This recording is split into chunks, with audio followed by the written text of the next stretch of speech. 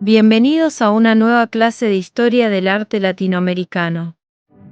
En esta serie de clases, haremos un repaso por lo más importante del arte latinoamericano, desde el siglo XIX hasta la actualidad. Pero antes, necesitamos conocer bien el contexto histórico de este tercer y último periodo artístico, conocido como periodo independiente. La última gran etapa de la historia latinoamericana, la de las repúblicas independientes, abarca los poco más de 200 años que han transcurrido desde la emancipación de las colonias a principios del siglo XIX.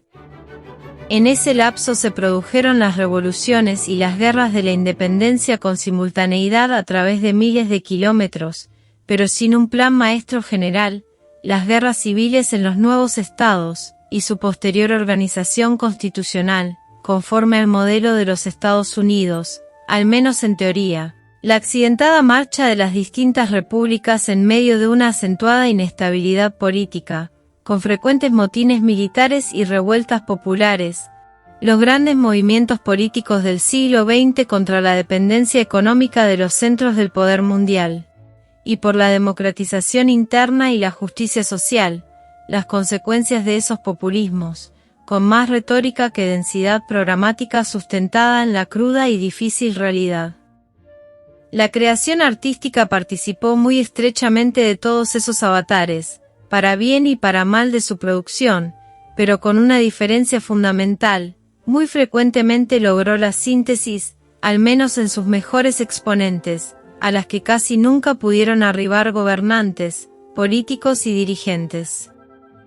Con la inmigración masiva, sobre todo de Italia y de diferentes países europeos, como también de otros continentes, en esta última etapa llega a su grado máximo el complejo proceso del mestizaje que se había iniciado con la conquista, varios siglos atrás. Generalmente, esa inmigración no se canalizó hacia el poblamiento de las zonas más vacías, sino que salvo pocas excepciones se concentró en las regiones más propicias, con población preexistente, y generó al desarrollo de grandes ciudades hacia las cuales afluyeron masivamente los pobladores de los campos circunvecinos, agudizando un proceso de acelerada urbanización, muy acentuado en ciertos países. Después de lograda la independencia se produjo una natural y saludable liberalización general, una gran apertura hacia las nuevas ideas y todo lo que viniera del exterior y especialmente de la Europa no ibérica, un acentuado progreso en casi todos los órdenes. Esa ola de europeísmo que tuvo tantas consecuencias beneficiosas, generó también ciertas modas, no poca frivolidad, una gran inautenticidad y una marcada reacción antiespañola y antiportuguesa, e incluso, también contra todo lo de nuestra América precolombina, en lo cual hubo mucho de comprensible pero también artificiales factores distorsionantes. A la ola de europeísmo del siglo XIX, le sucedió en el siglo XX y en vastos sectores de la población, el extremo opuesto casi sin gradación ninguna y afloraron nacionalismos xenófobos y agresivos que emponzoñaron la vida latinoamericana. El arte participó de esos vaivenes y cayó frecuentemente en un extremo maniqueísmo, pero supo reponerse e ir logrando las grandes síntesis creadores, sin mutilaciones ni exclusiones tendenciosas.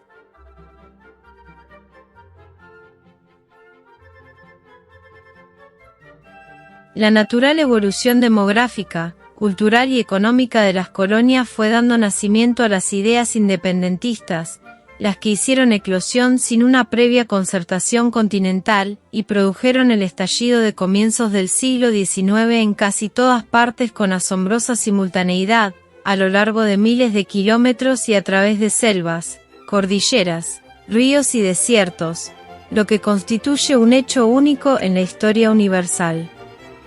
Si bien parece evidente que fue la crítica situación de la corona española por la intervención de Napoleón Bonaparte en la península, lo que precipitó los acontecimientos e hizo que los estallidos en las colonias se produjeran precisamente en ese momento histórico, es necesario tener en cuenta que el movimiento emancipador venía siendo abonado desde tiempo atrás por otras motivaciones muy diversas, las que también ejercieron indudable influencia.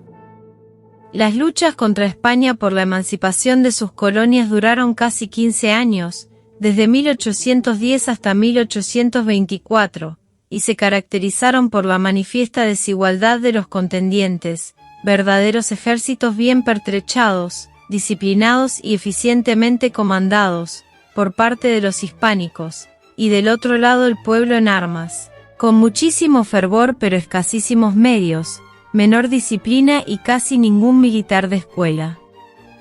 La guerra, que fue muy dura y muy cruel, tuvo un desarrollo indeciso hasta que la capacidad, la lucidez y la visión continental de San Martín y Bolívar decidieron su curso a favor de los independentistas.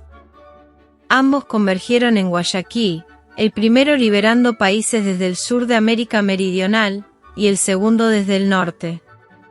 En solo 3 lustros, con las excepciones de Cuba y Puerto Rico, España perdió todo su imperio americano, incluyendo América Central, que comenzó su movimiento en 1811 en El Salvador y lo culminó el 1 de julio de 1823, cuando proclamó su independencia.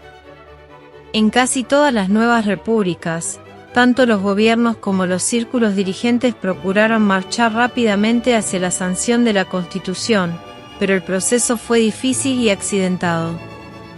Vencido el enemigo común, en cada uno de los países afloraron las divisiones internas, las que en no pocos casos condujeron a la anarquía y la guerra civil.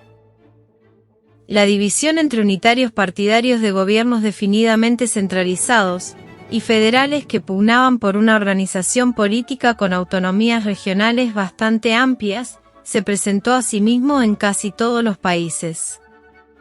El personalismo y caudillismo fue una constante en la vida pública latinoamericana y en ciertos países aún lo sigue siendo, al menos en alguna medida. Casi todas las constituciones que se fueron sancionando, recogieron en gran proporción la directa influencia de los Estados Unidos, incluyendo aquellas que establecieron regímenes unitarios. Como no podía ser de otra manera, grandes sectores de esas leyes fundamentales se convirtieron frecuentemente en letra muerta, habida cuenta de la distancia que separa las tradiciones y la realidad del país del norte con las de estos países latinoamericanos. Por encima de loables preceptos constitucionales, fue transcurriendo una vida pública asignada por la intolerancia, la violencia, las revueltas y los golpes militares. A pesar de todos los factores negativos mencionados, y del subdesarrollo con su secuela de pobreza y de ignorancia, en varios países del subcontinente surgieron minorías ilustradas, que con sus limitaciones propias y las que les imponía un medio nada propicio, pugnaron por desarrollar proyectos culturales en general y artísticos en particular. La actividad artística, que como vimos, era importante en la época colonial, en los primeros tiempos de la independiente si bien no desapareció del todo, quedó casi paralizada por las campañas de la independencia, primero, y por los conflictos internos y las guerras civiles después. Solo comenzó a renacer al ir haciéndose la paz en la segunda mitad de ese siglo XIX, para alcanzar recién el comienzo del siglo XX, una gran vitalidad, la que no solo se mantuvo, sino que se fue acrecentando a través de las décadas, hasta hoy, si bien con algunos altibajos y tropiezos derivados de las frecuentes convulsiones políticas, y sus secuelas de inseguridad, censura y persecución. A diferencia de lo sucedido en los periodos precolombino y colonial, en los cuales la arquitectura tuvo en general un desarrollo mayor que las otras artes, si bien mantuvo no poca importancia en el periodo independiente, en el que también tienen relevancia la escultura y las artes menores, no caben dudas de que el gran arte de los siglos XIX y XX en el subcontinente ha sido el pictórico, sobre todo en el actual. Como quedó dicho, la creación artística latinoamericana disminuyó acentuadamente en el siglo XIX. Ello llegó a tal extremo, que en casi todos los países de América Central y en no pocos de la del Sur, hubiera desaparecido totalmente de no haber sido por la actividad de algunos plásticos europeos, en su mayoría viajeros por estas tierras. Los latinoamericanos produjeron en el siglo anterior un arte con un contenido emocional autóctono, pero concretado mediante técnicas europeas más o menos rigurosas, según los casos. Esas variantes en la mayor o menor adhesión a los cánones provenientes de Europa, determinaron el surgimiento de dos centros claramente diferenciados, el septentrional, integrado básicamente por México y Centroamérica, en cuyas creaciones lo americanista quedó muy relegado por un fuerte academicismo a la europea, el meridional de Perú, Brasil, Uruguay, Argentina y Chile, que si bien en general adoptó los procedimientos del viejo mundo, se inclinó hacia lo territorial, en busca de una identidad nacional teñida de un difuso romanticismo.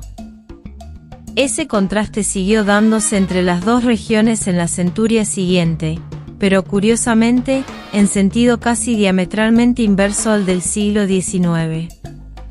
En esta primera parte veremos el arte más destacado del siglo XIX en México y Centroamérica.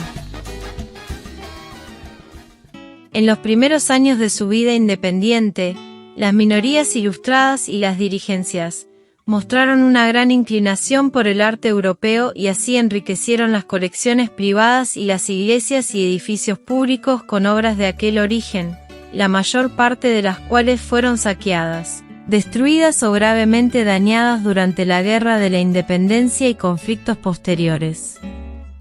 Del otro lado del océano llegaban por igual las influencias del romanticismo y del neoclasicismo, pero en general se le prestó mucha mayor adhesión al segundo.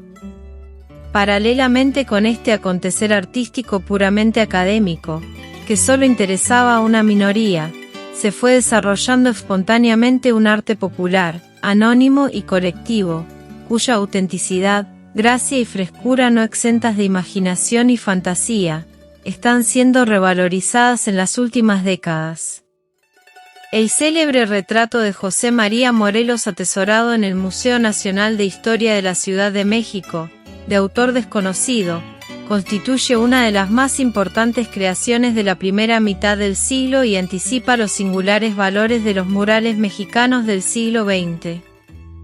En aquellos años sobresalieron Rodríguez Alconedo, José María Vázquez, el francés Octaviano de Albímar y el italiano Claudio Rinati. Este logró trascender por varios motivos y especialmente porque en 1826 estableció el primer taller de litografía del país, donde produjo obras en las cuales captó las costumbres, los tipos populares y la gallarda belleza de la mujer criolla. Algo parecido, si bien con una inquietud más sistemática y científica pero menos creativa, concretó en sus telas y grabados Jean-Frédéric de Waldeck. Otros europeos que actuaron destacadamente en México fueron el inglés Daniel Thomas Egerton y el alemán Juan Mauricio Rugendas, que estuvo también en Chile, Brasil y la Argentina.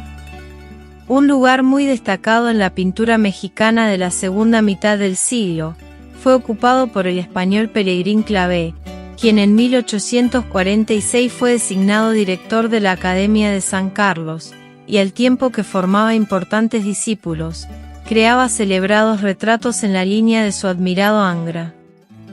El mexicano Juan Cordero fue el gran rival de Clavé, y protagonizó con él toda esa época de un academicismo romántico, con obras históricas, religiosas y retratos. Puede ser considerado como uno de los lejanos precursores de los muralistas del siglo XX, porque inició en varias iglesias un verdadero renacimiento de ese arte en el país. Otros pintores académicos fueron el discípulo preferido de Clavé, José Salomón Pina, creador de sugerentes alegorías mitológicas, Santiago Rebull, pintor de la corte de Maximiliano, a quien retrató, como así también a la emperatriz Carlota, y autor de La muerte de Marat, Felipe Gutiérrez, a quien se debe el primero desnudo del país, la Amazona de los Andes. La entera obra de Hermenegildo Bustos, pintor doblemente marginal, ya que además de autodidacta, Era aborigen, ocupa un lugar único en toda la plástica mexicana, en algunos aspectos, muy entroncado con la tradición pictórica del país, pero en otros, con relieves sumamente personales. Bustos se dedicó casi exclusivamente a retratar a sus convecinos de la pequeña población donde vivía y muy especialmente a los más humildes. Prácticamente no pintó paisajes, desnudos ni escenas de género, concentrando su quehacer en el rostro humano, al que exhibió sin idealizar ni embellecer, con gran verismo y con intensidad y energía reconcentradas, reflejando la compleja vida interior que bulle en lo más recóndito de sus retratados. Siempre presenta individuos concretos, de carne y hueso, jamás con intenciones alegóricas o ejemplificadoras. No hay mitologías ni simbolismos en los rostros que protagonizan las obras de Bustos, sino deseos subterráneos y pasiones contenidas. Para ello, utilizó magistralmente su recurso más valioso, un dibujo tan seguro como sensible. Si Bustos se aplicó a retratar a sus convecinos, su contemporáneo José María Velasco, considerado por muchos como el primer gran pintor del México moderno, se dedicó obsesivamente a los paisajes del valle central de su país, prescindiendo casi por completo de la figura humana. Lo hizo con extremo rigor, precisión y lucidez, sin concesión alguna a la efusión sentimental. Así es como ha dejado creaciones singularmente equilibradas, de un ascetismo tan puro como reflexivo, impasibles registros de las bellezas de su tierra natal en los cuales triunfa soberanamente una visión objetiva y austera. En los últimos años del siglo y en los primeros del siguiente actuaron una serie de pintores entre los cuales se destacaron netamente Julio Ruelas, dibujante e ilustrador con metáforas plásticas de gran fantasía, dramatismo y originalidad sobre la vida y la muerte, Saturnino Arrán, que fue el primero en dedicarse al costumbrismo regionalista, con lo cual se convirtió en un verdadero precursor de la pintura mexicana contemporánea. La escultura estuvo casi totalmente dominada por un definido neoclasicismo, impulsado sobre todo por el español Manuel Villar, quien fue contratado en 1846 para dirigir la Academia de San Carlos, donde formó numerosos discípulos. También la arquitectura adhirió a la herencia clásica, si bien adoptando en cierta medida algunas influencias neogóticas. La Academia de San Carlos contrató al español Lorenzo de la Hidalga, quien además de una importante labor como educador, creó obras valiosas, entre las cuales se destaca el diseño del Teatro Nacional, inaugurado en 1844, y demolido en 1900. Otro arquitecto importante de la época fue el italiano Saverio Cavallari, educador de fecunda actuación y autor de la fachada de la mencionada Academia de San Carlos. El descenso de la actividad artística durante el siglo XIX se acentuó en América Central, por lo cual no es mucho ni muy significativo lo que aquí podemos decir de ella. La pintura tuvo algún desarrollo en Guatemala por la acción de varios discípulos de Pedro García Aguirre y especialmente por la actuación de Francisco Cabrera, quien se dedicó a la miniatura y el grabado. El primer pintor importante de El Salvador fue Francisco Cisneros, con una serie de retratos y de temas históricos. Durante las primeras décadas de ese siglo, la pintura en Cuba fue desarrollada por artistas extranjeros, sobre todo franceses, y por Vicente Escobar, nacido en La Habana, quien se destacó como retratista. A mediados de la centuria, Esteban Ceardrán se constituyó en el iniciador de la importante escuela paisajística del país. Poco más tarde adquirió gran importancia el quehacer plástico del español Víctor Patricio Landaluce, radicado en la isla en 1863. Virtuoso acuarelista y buen dibujante con singular destreza en la caricatura, supo captar aspectos esenciales de las costumbres locales, y ha dejado una rica galería de guajiros, el tipo humano que simboliza al pueblo de Cuba. Entre otros pintores cubanos del siglo XIX cabe mencionar, asimismo, a Augusto Ferrán, quien se destacó también como escultor y pedagogo, Guillermo Collazo, con valiosos retratos, Miguel Melero, que como director de la Academia de San Alejandro fue un maestro innovador, y Federico Martínez de larga residencia en los Estados Unidos. En la segunda parte, veremos el arte más destacado de Sudamérica en el siglo XIX.